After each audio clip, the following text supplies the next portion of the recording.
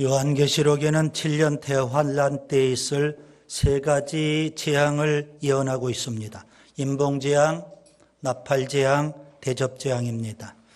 요한계시록 6장은 인봉재앙이 기록되어 있고요. 8장과 9장은 나팔재앙입니다. 그리고 16장에 대접재앙이 기록되어 있습니다. 지난 시간 요한계시록 8장 우리가 살펴봤습니다. 첫째 나팔재앙부터 넷째 나팔재앙까지 세 가지 특징을 기억하시면 됩니다. 첫째, 진노의 불에 의한 재앙입니다. 마지막 때 심판은 불심판입니다. 둘째, 대상은 자연계와 생태계에 임하는 재앙들입니다. 세 번째, 그 범위가 3분의 1 정도입니다.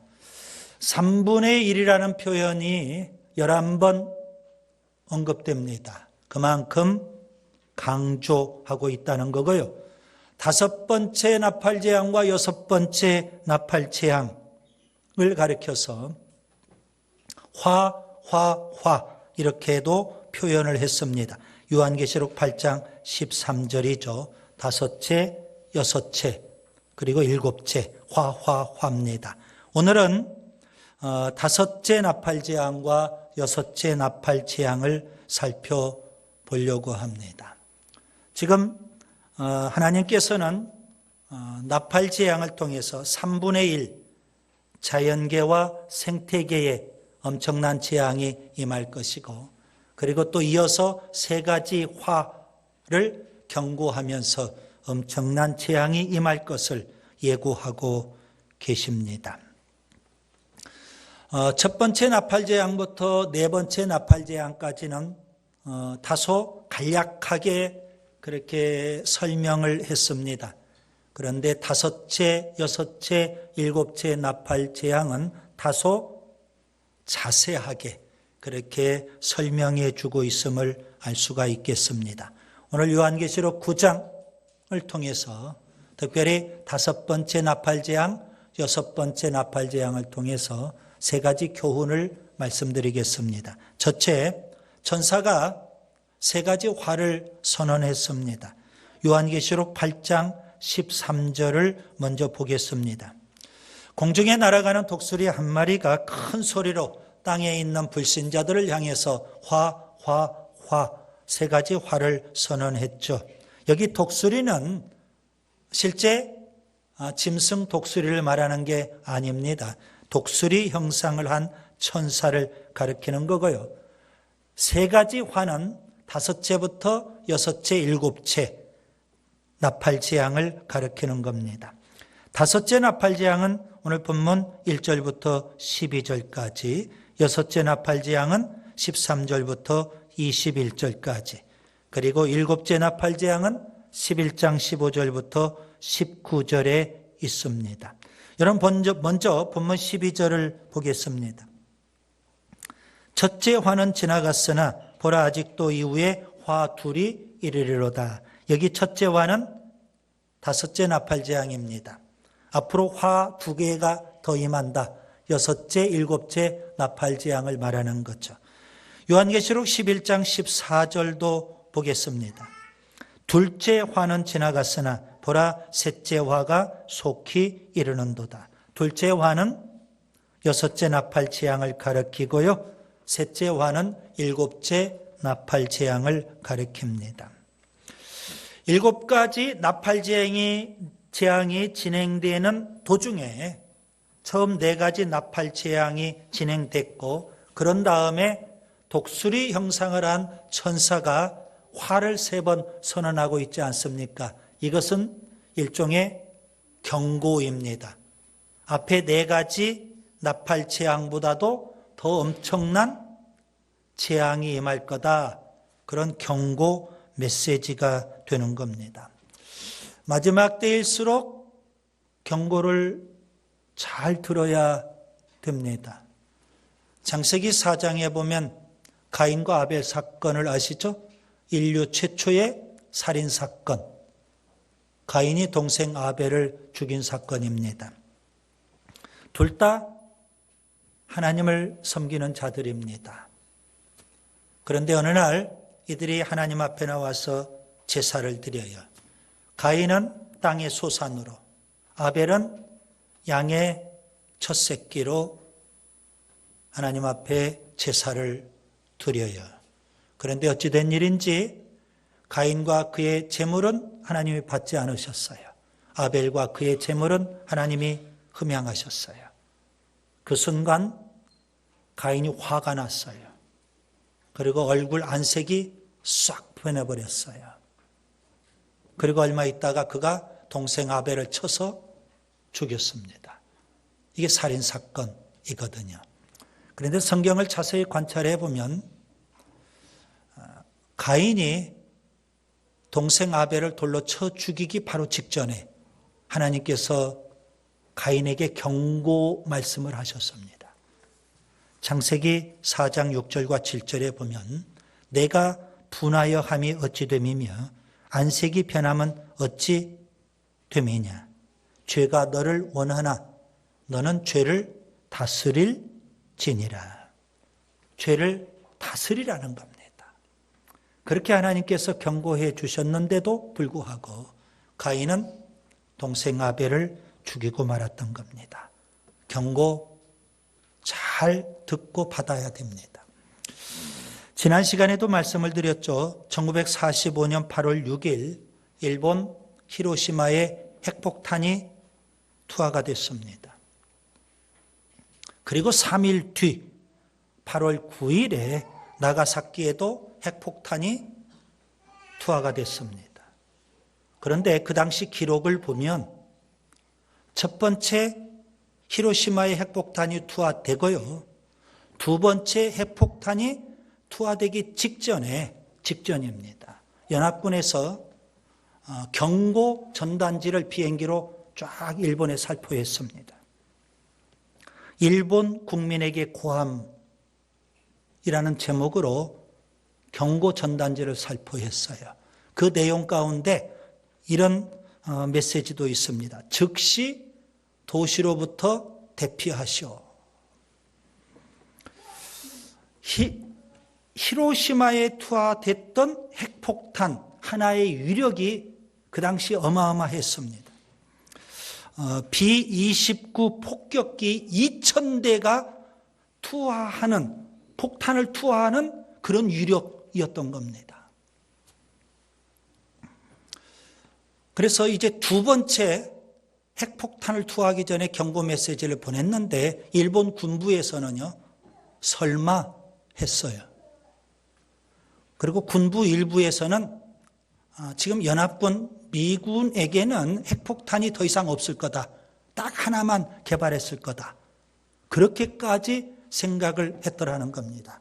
그리고 그들은 두 번째 핵폭탄도 맞고 말았어요. 경고 메시지를 너무 무시했어요.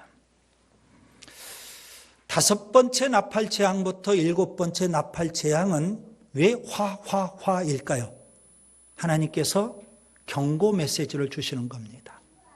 첫 번째 나팔 재앙부터 네 번째 나팔 재앙까지는 서두에도 말씀드린 대로 자연계, 생태계에 주로 임하는 재앙이었어요. 그런데 5번째 나팔 재앙과 오늘 본문에 있는 6번째 나팔 재앙은 직접 사람에게 임하는 재앙이에요. 그래서 더 가혹해요. 더 혹독해요. 화라는 말씀입니다. 5번째 나팔 재앙과 6번째 나팔 재앙을 통해서 사람들이 지옥의 참맛을 이 땅에서 경험하게 될 거예요. 너무 엄청난 재앙이에요. 그래서 화라고 표현하고 있는 거예요. 아, 지옥이라는 곳이 있구나. 지옥이라는 것이 이렇게 끔찍하구나 하는 것을 5번째 나팔재앙, 6번째 나팔재앙을 통해서 온몸으로 경험하게 될 거라는 겁니다. 그래서 성경에는 화 말씀하고 있어요. 매 맞기 전에 하나님 반드시 경고하시거든요. 그래서 경고를 잘 듣는, 잘 받아들이는 지혜로운 성도가 된다면 얼마나 좋을까요? 그 다음에 두 번째, 다섯 번째 나팔재앙이 있습니다. 본문 1절부터 12절을 보겠습니다. 첫 번째 화조, 별 하나가 나타납니다. 여러분, 여기 별은 하늘에 떠 있는, 우주 공간에 떠 있는 별을 가리키는 건 아닙니다. 본문 1절을 자세히 보시면 그라는 인칭 대명사를 사용하고 있어요. 그래서 전체의 별이 아니고 이 별은 마귀 사탄을 가리키는 겁니다. 자, 다섯째 나팔 재앙을 사도 요한이 설명하면서 우리는 이 별, 곧 마귀 사탄의 세 가지 특징을 본문에서 찾아볼 수 있겠습니다. 첫째, 그 별은 하늘에서 떨어집니다. 왜냐하면 교만하기 때문이에요. 이사야서 14장 12절 이하에 보면 너 아침의 아들 계명성이여 어찌 그리 하늘에서 떨어졌으며 너 열국을 엎은 자여 어찌 그리 땅에 찍혔는고 했습니다. 계명성, 오늘 본문에서 말하는 별입니다. 그 별. 본래 마귀 사탄은요, 하나님을 지근거리에서 섬기도록 하나님께서 특별히 택한 천사들 가운데 천사장이었습니다. 그런데 어느 날 그가 교만해요. 그래서 타락했어요. 하나님은 그를 세상으로 추방해 버렸어요. 그래서 그가 마귀 사탄이 되는 겁니다. 그런데 그 천사장을 추종했던 천사들이 있어요. 그들도 역시 그 천사장을 추종을 해요. 그래서 그들도 이 세상에 쫓겨났고 그들이 바로 귀신들, 타락한 천사들이 됐던 겁니다. 누가복음 10장에 보면 예수님께서 70명의 제자들을 둘씩 전도자로 파송합니다. 그들이 나아가서 예수님의 이름으로 복음도 전하고 예수님의 이름으로 병도 고치고 귀신도 쫓아냅니다. 굉장한 역사가 나타났어요. 그들이 돌아와서 예수님에게 이렇게 보고를 합니다. 주여, 주의 이름이면 귀신들도 우리에게 항복하더이다. 예수님의 이름으로 귀신들도 벌벌 떨면서 항복하고 떠나가더라는 겁니다. 그래서 신이 나서 보고를 합니다. 그때 예수님은 뭐라고 하셨을까요? 누가복음 10장 18절에 사탄이 하늘로부터 번개같이 떨어지는 것을 내가 보았노라. 이미 일찍이 하나님은 사탄이 하늘에서 떨어지는 것을 보았다는 겁니다.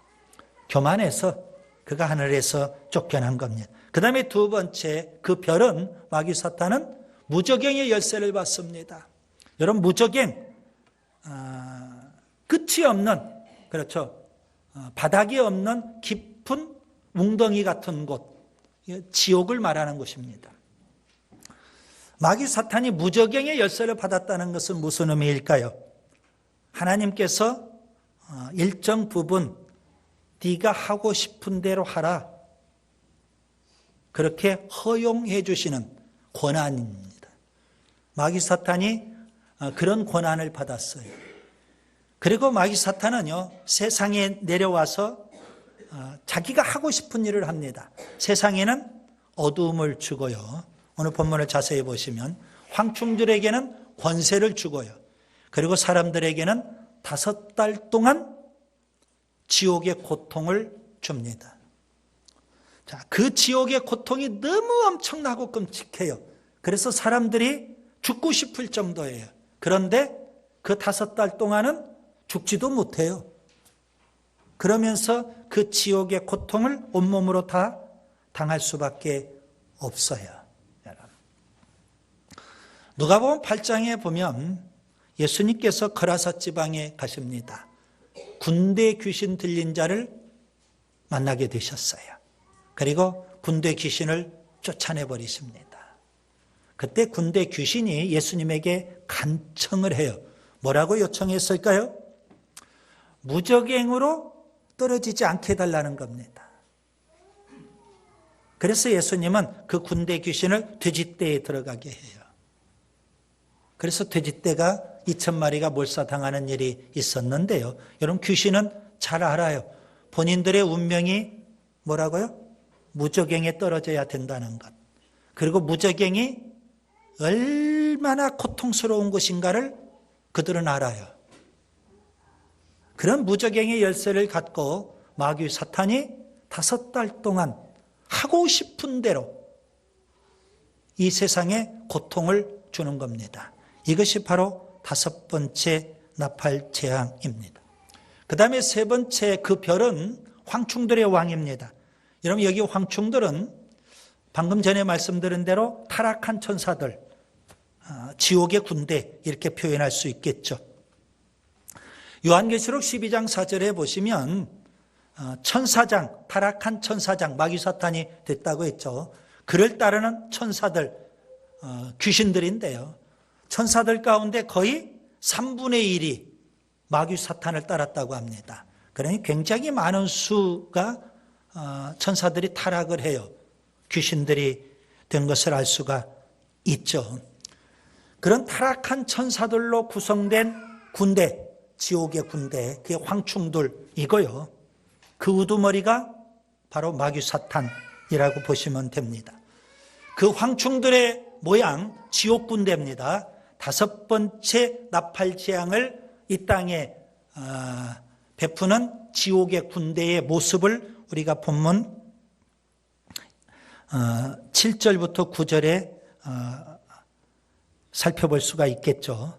여러분 본문을 좀 자세히 보세요. 간략해 가면 제가 소개를 해드리겠습니다. 전쟁을 위하여 준비한 말들 같다. 민첩하다는 겁니다. 머리에 쓴 금관 비슷한 것이 있다. 일시적으로 흥하고 승리한다는 겁니다. 사람들의 얼굴 같다. 지혜롭다는 거죠. 여자의 머리털 같다. 아름답다는 겁니다. 사자의 이빨 같다. 용맹하다는 거고요. 철호심경이 있다. 아주 강하다는 겁니다. 날개의 소리처럼 들린다는 거죠. 저돌적이라는 겁니다. 그 다음에 전갈의 꼬리를 말하고 있죠. 권세가 있다. 이런 황충들, 지옥의 군대, 그 우두머리가 마귀 사탄이고요. 마귀 사탄을 히브리어로는 아바돈, 헬라어로는 아볼로운 이렇게 표현합니다. 아바돈은 멸망자, 아볼로온은 파괴자 이런 의미입니다. 여러분 마귀 사탄이 하는 일은 멸망시키고 파괴시키는 일을 합니다. 가정도 자꾸 깨려고 합니다. 교회도 자꾸 깨려고 합니다. 경건한 우리 그리스도인의 인생도 자꾸 망하게 만들려고 하는 게 이 마귀 사탄이 하는 짓입니다. 그런데 5번째 나팔 재앙 때는 하나님의 허용하에 5달 동안 마귀 사탄이 귀신들과 함께 이 땅에서 원 없이 하고 싶은 대로 자기들이 하고 싶은 일들을 다 한다는 겁니다. 그러니 그 재앙이 얼마나 끔찍하겠어요. 죽고 싶어도 죽지 못하고 그 재앙을 다 당해야 되는 겁니다. 그 다음에 6번째 나팔 재앙이 있습니다. 본문 13절부터 21절까지 2번째 화이죠. 사도 요한이 본문 13절에 하나님의 음성을 듣습니다. 그리고 본문 17절에 환상을 보게 됩니다. 그 환상의 내용이 뭘까요? 금강 유브라데에 결박되어 있는 4천사가 풀리게 돼요. 풀리게 되면 그 연월일시에 사람 3분의 1이 죽는 전쟁, 재앙이 일어나게 됩니다. 여러분 여기 그 연월일시라고 했죠. 지시대명사 그를 사용한 걸 보면 분명 하나님이 정하신 때가 있습니다. 아무 때가 아니죠. 그 때가 있어요. 연월일시라고 표현한 걸 보면 하나님만이 아시는 비밀스러운 그때, 정해놓으신 그때가 있다는 의미고요. 유브라데라는 지명을 구체적으로 언급하고 있죠. 중동에서 벌어지는 전쟁일 거라는 겁니다. 특별히 2만만의 마병대입니다. 2만만은 2억을 의미하는 겁니다. 2억의 군인들이 참전하는 전쟁에서 사람 3분의 1이 죽게 될 겁니다. 그들이 쓰는 무기가 뭘까요? 본문을 계속 보시면 불과 연기와 유황이라고 했습니다. 불, 연기, 유황 어떤 무기일까요? 불은 우리가 잘 알 수 있겠죠. 불을 내뿜는 무슨 총기류, 대포 뭐 이런 것들 말할 수 있겠죠. 연기는 뭐 가스라든가 세균류의 그런 무기들. 유황은 서두에도 말씀드린 대로 핵폭탄일 가능성이 농후합니다. 그렇다면 여섯 번째 나팔 재앙은 이렇게 정리가 되죠. 아마도 중동에서 벌어지는 전쟁인데 1억 이상 군인들이 참전하는 그런 전쟁일 거고 핵폭탄일 거다. 그리고 그 전쟁으로 사람 3분의 1이 몰살당하게 될 거다.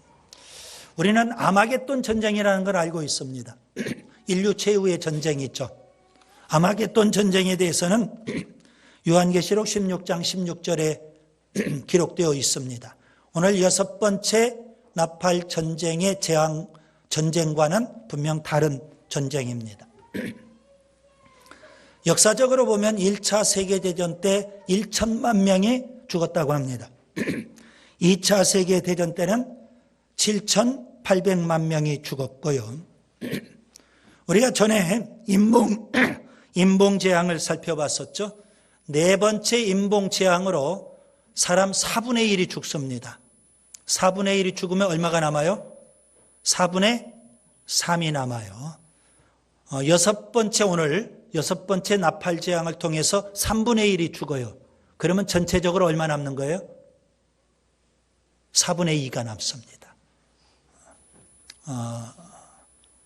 세상의 인구 가운데 절반이 죽는 재앙이 바로 네 번째 인봉재앙과 여섯 번째 나팔 재앙을 통한 재앙입니다.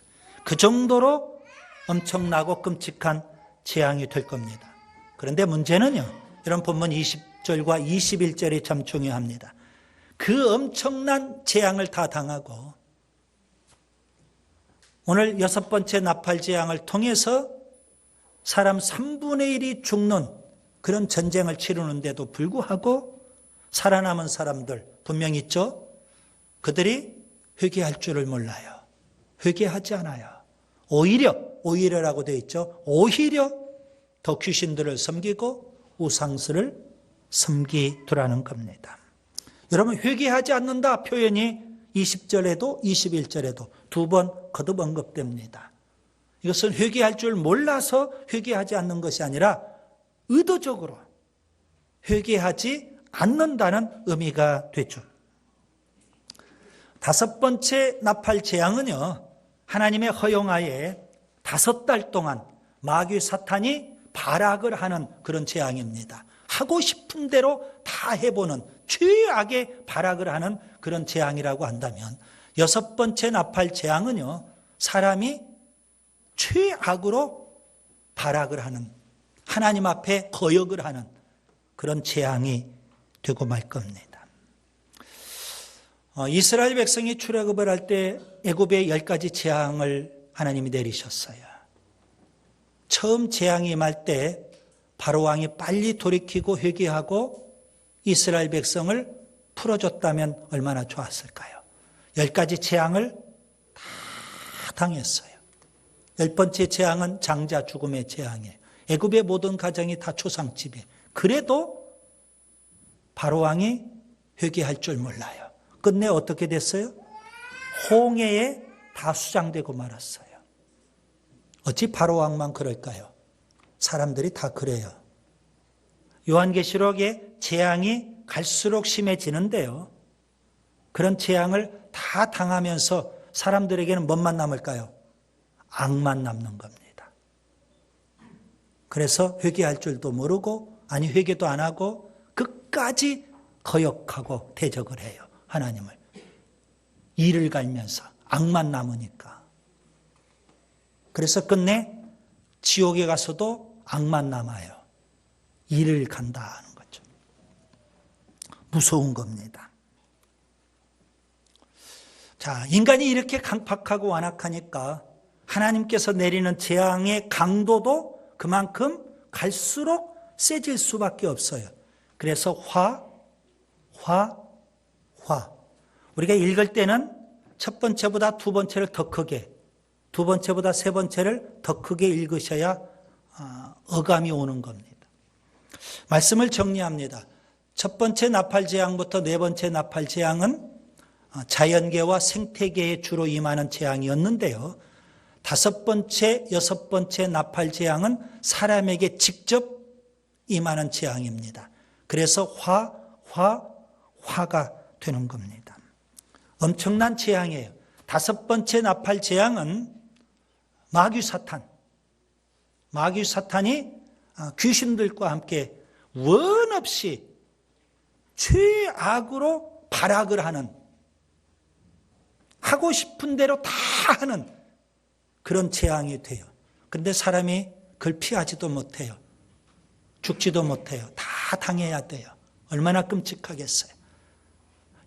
다섯 번째 나팔 재앙이 그래요. 여섯 번째 나팔 재앙은요, 아마도 엄청난 전쟁일 겁니다. 3분의 1이 그 전쟁으로 죽는다고 했어요. 핵전쟁일 가능성이 너무 농후해요. 중동을 여러분이 주목하셔야 될 이유가 여기에 있는 겁니다. 물론 살아남은 사람들이 분명히 있어요. 경고를 받고 빨리 회개하고 돌아오면 얼마나 좋을까요? 그런데 너무 강팍하고 완악해요. 회개할 줄 모르고요. 아니, 회개하지 않아요. 더 악에 받쳐서 하나님을 거역하고 귀신과 우상을 섬겨요. 그러니 하나님의 내리시는 재앙은 더 세질 수밖에 없어요. 회개는 빠를수록 좋아요. 회개는 지금이 기회예요.